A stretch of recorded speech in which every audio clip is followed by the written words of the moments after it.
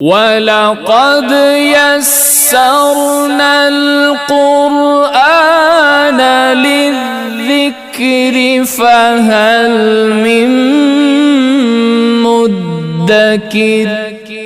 عبادت کے لیے رات کا کون سا حصہ ہے جو زیادہ معتبر اور زیادہ بہتر ہے جس رات کے حصے میں عبادت کی جائے؟ اللہ واللہ، جس سے رب تعالیٰ ارشاد فرما رہے ہیں، الصابرین والصادقین والقانتین والمنفقین والمستغفرین بالاسحار۔ جو پانچویں صفت بیان کی ہے کہ سحر جو فجر کا وقت ہے، فجر سے پہلے جب رات اختتام پذیر ہو رہی ہے، جب رات کی تاریکی ختم ہو رہی ہے اور روشنی پھوٹ رہی ہے، تو وہ جو ٹائم ہے، وہ جو وقت ہے، اس وقت اللہ کی بارگاہ میں بڑا مشکل وقت ہوتا ہے۔ اس وقت نیند کا غلبہ زیادہ ہوتا ہے، بڑی مشکل ہے اٹھنا۔ لیکن اگر اللہ تعالیٰ توفیق دے دے تو کوئی مشکل نہیں ہے۔ شیڈول اپنا ٹائم ٹیبل ایسا بنا لیا جائے تو اللہ تعالیٰ توفیق دیتا ہے۔ تو اس سے یہ جو کہا جا رہا ہے کہ والمستغفرین بالاسحار، کیا صرف وہی وقت ہے کہ وہاں اس وقت عبادت کرنی چاہیے؟ نہیں، قرآن یہ کہتا ہے، اللہ کا فرمان ہے، اجیب دعوت الداع اذا دعان فلیستجیبوا لی ولیؤمنوا بی لعلہم یرشدون۔ میں تو ہر وقت، دن کی روشنی میں، رات کی تاریکی میں، صبح کے وقت، شام کے وقت، رات کے وقت، ہر وقت اپنے بندے کی پکار اور آواز کو سنتا ہوں۔ میرا دربار کسی وقت بند نہیں ہوتا، میرے دربار کے دروازے کھلے ہیں، کوئی دربان نہیں ہے، کوئی پوچھنے کی ضرورت نہیں ہے کہ میں جاؤں کہ نہ جاؤں۔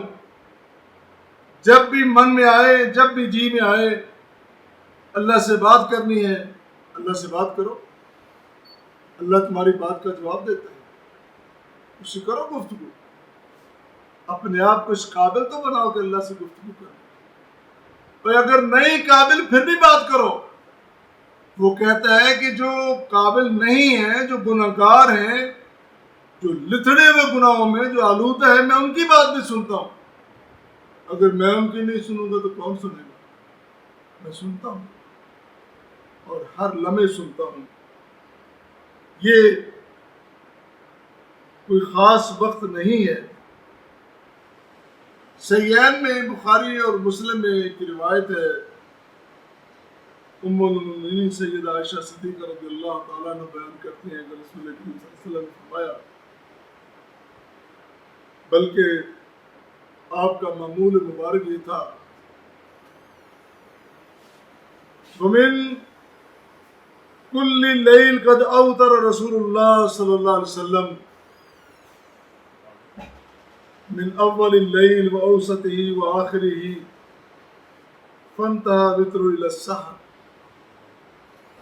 ہر رات آپ جب عبادت فرماتے تو پہلی رات بھی، رات کے درمیانے حصے میں بھی اور رات کے آخر میں بھی وتر پڑھنا ثابت ہے۔ یہ نہیں کہ آپ نے صرف پچھلی رات پڑھے،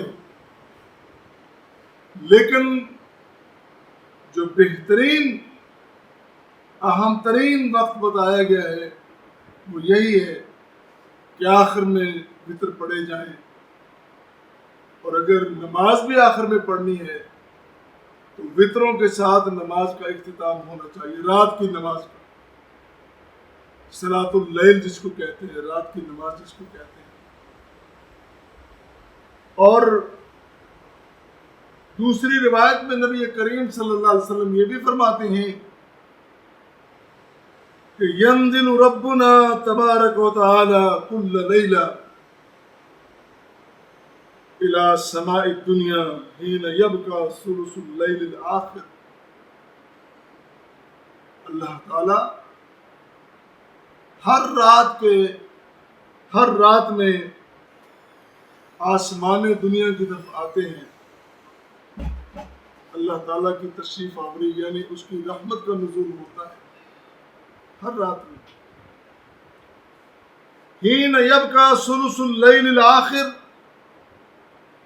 یہاں کے رات کا جو تیسرا اور آخری حصہ ہے، 3 حصے ہیں نا، ایک پہلا حصہ، ایک درمیان کا، ایک آخری حصہ ہے۔ جب آخری حصہ ہوتا ہے یعنی یہاں یہ کہا گیا کہ ساری رات اللہ کی رحمت نازل ہوتی ہے۔ اس کی ایک اور بھی دلیل میں بعد میں دیتا ہوں۔ تو ساری رات جب اختتام پذیر ہوتی ہے، آخرت جب آخر کا حصہ ہوتا ہے، پھر اللہ کی طرف سے آواز آتی ہے، من یدعونی فاستجیب لہ، ہے کوئی پکارنے والا، ہے کوئی مانگنے والا، میں اس کی پکار کو سنوں، میں اس کی مانگ کو پورا کر دوں۔ تیسرے حصے میں، رات کے تیسرے آخری حصے میں اللہ تعالیٰ کی طرف سے آوازیں آتی ہیں۔ پھر فرمایا من یسألنی فأعطیہ، ہے کوئی سوال کرنے والا، کوئی سوالی، کوئی فقیر، کوئی مانگنے والا، کوئی ضرورت مند کو چاہیے کہ وہ دروازے تلاش کرے اپنے لیے۔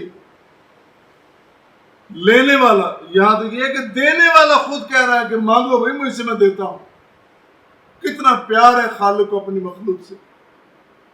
فرمایا ہے کوئی سوال کرنے والا، مانگنے والا، میں اس کو عطا کر دوں۔